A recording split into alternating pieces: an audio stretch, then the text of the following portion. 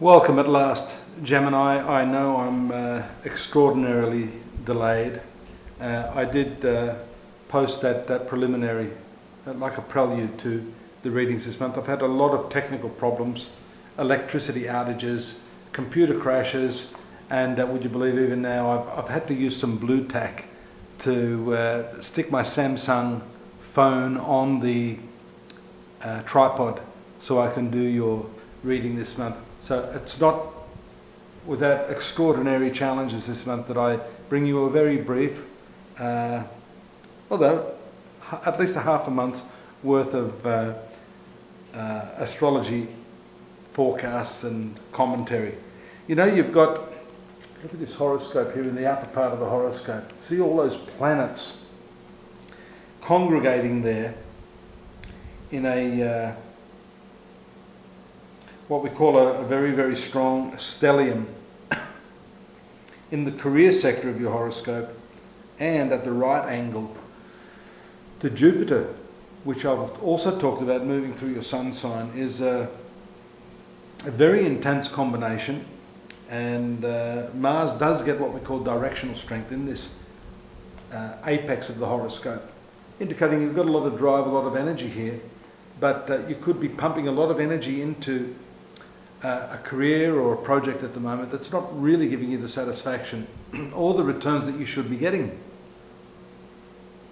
So it's a matter of really looking at the return on investment, the time you're spending on what you're doing, to ascertain whether or not it's well worth it.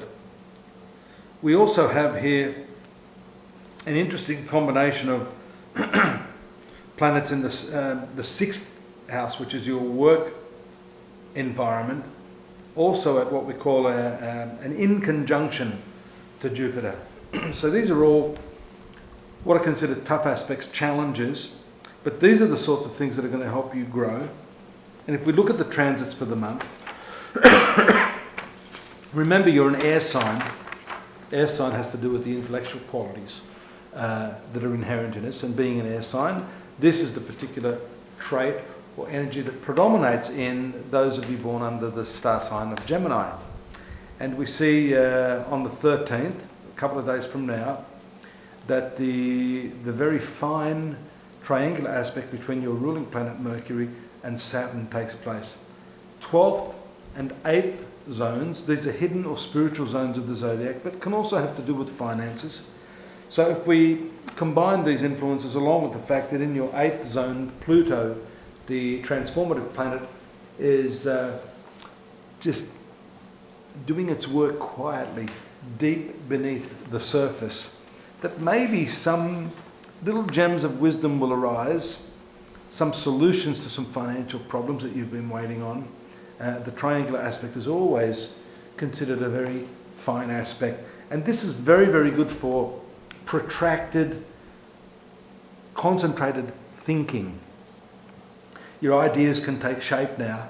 And I mentioned the quality of air as part of your zodiac trait, because air does have that quality of moving hither, thither, here, there and everywhere. So this is good. Your ruling planet will actually get an opportunity through this injection of energy from Saturn, the slow, focused planet, to really work on these finances and these work issues that are probably a little frustrating at this point in time. The retrogression of Mercury on the 23rd, that's the apparent backward movement of your ruling planet, is an interesting one. Most astrologers say this is going to cause some troubles and you're going to actually find things not working your way. Now that's not altogether true. There are some other technical considerations which I won't go into. My sense is that you'll get everything going here, you'll be focused, but you may have to go back over a few aspects of this project or this idea or this financial situation that I'm talking about, just to make sure that you've got everything correct. And here also we see the placement of Mercury moving back into your 9th zone of